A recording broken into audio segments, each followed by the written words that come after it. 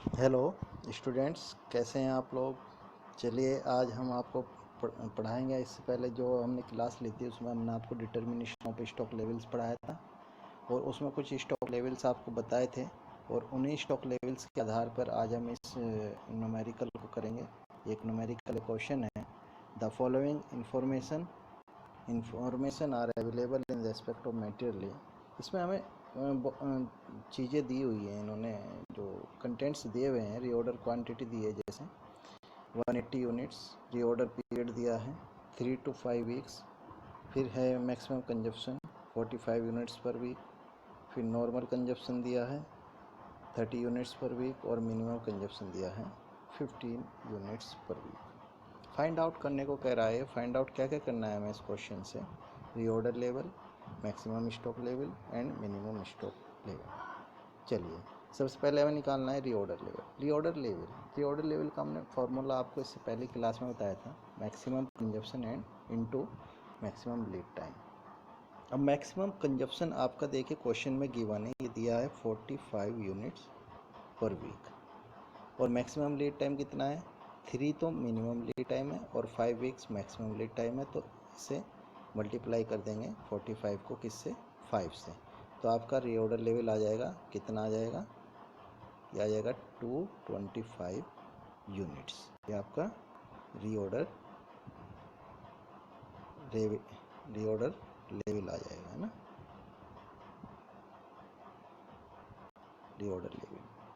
ठीक है, इसके बाद है आपका maximum stock level. Maximum stock level find out करना है। Maximum stock level find out करने के लिए क्या फार्मूला है हमारे पास, reorder level plus reorder quantity minus minimum consumption and into minimum lead time. देखिए रीऑर्डर लेवल दिया है इन्होंने, रीऑर्डर लेवल का मतलब क्या है, जो हमने निकाला है हमने 225 यूनिट्स, ये रीऑर्डर लेवल हमने निकाल लिया। फिर रीऑर्डर क्वांटिटी क्वेश्चन में है गिवन 180 यूनिट्स, फिर माइनस करेंगे इसमें से मिनिमम कंजप्शन आपका है 15 यूनिट्स पर वीक और मिनिमम लीड टाइम आपका 3, मिनिमम लीड टाइम कितना है 3, तो 225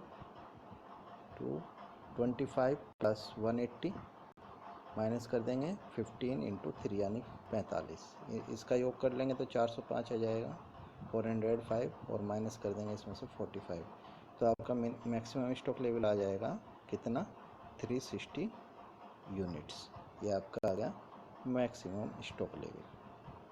ठीक है, इसके बाद थर्ड वो निकलवा रहा है हमसे minimum stock level. Minimum stock level का फॉर्मूला क्या है, मिनिमम स्टॉक लेवल का फॉर्मूला है reorder level minus normal consumption rate into normal lead time. Reorder level आपका 225 आया था, ये था रीऑर्डर लेवल 225। अब रीऑर्डर लेवल आपका 225 था, नॉर्मल कंजप्शन रेट निकालना है। नॉर्मल कंजप्शन रेट कितना दिया है इन्होंने, निकला हुआ है 30 यूनिट्स पर वीक।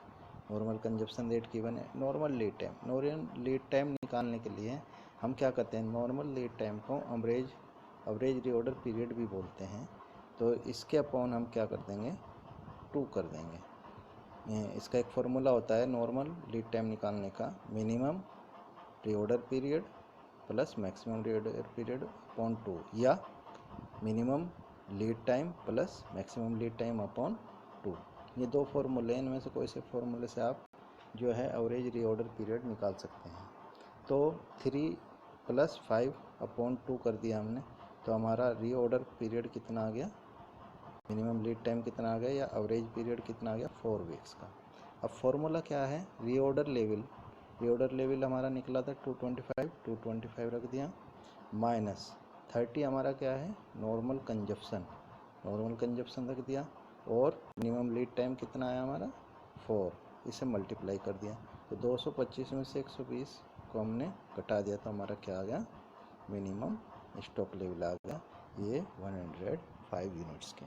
तो इस प्रकार से हमने आपको question, numerical question online class में समझाने की कोशिश की है, प्रयास किया है, और मैं आशा करता हूँ कि आप लोगों की समझ में भी ये क्वेश्चन आया होगा और इससे आप जो हैं क्वेश्चन को हल करना सीख गए होंगे। तो इसके बाद मैं कुछ क्वेश्चंस आपको ग्रुप पर भेजूंगा जिन्हें आपको सोल्व करके देखना है, और वो सोल्व करने के बाद उसके आंसर्स आपको व्हाट्सएप ग्रुप पर सेंड करने हैं। और यदि कोई क्वेश्चन नहीं होता तो फिर मैं इसी तरह से सोल्व करके आपको बताऊंगा। तो आज आपको इस क्लास में इतना ही, और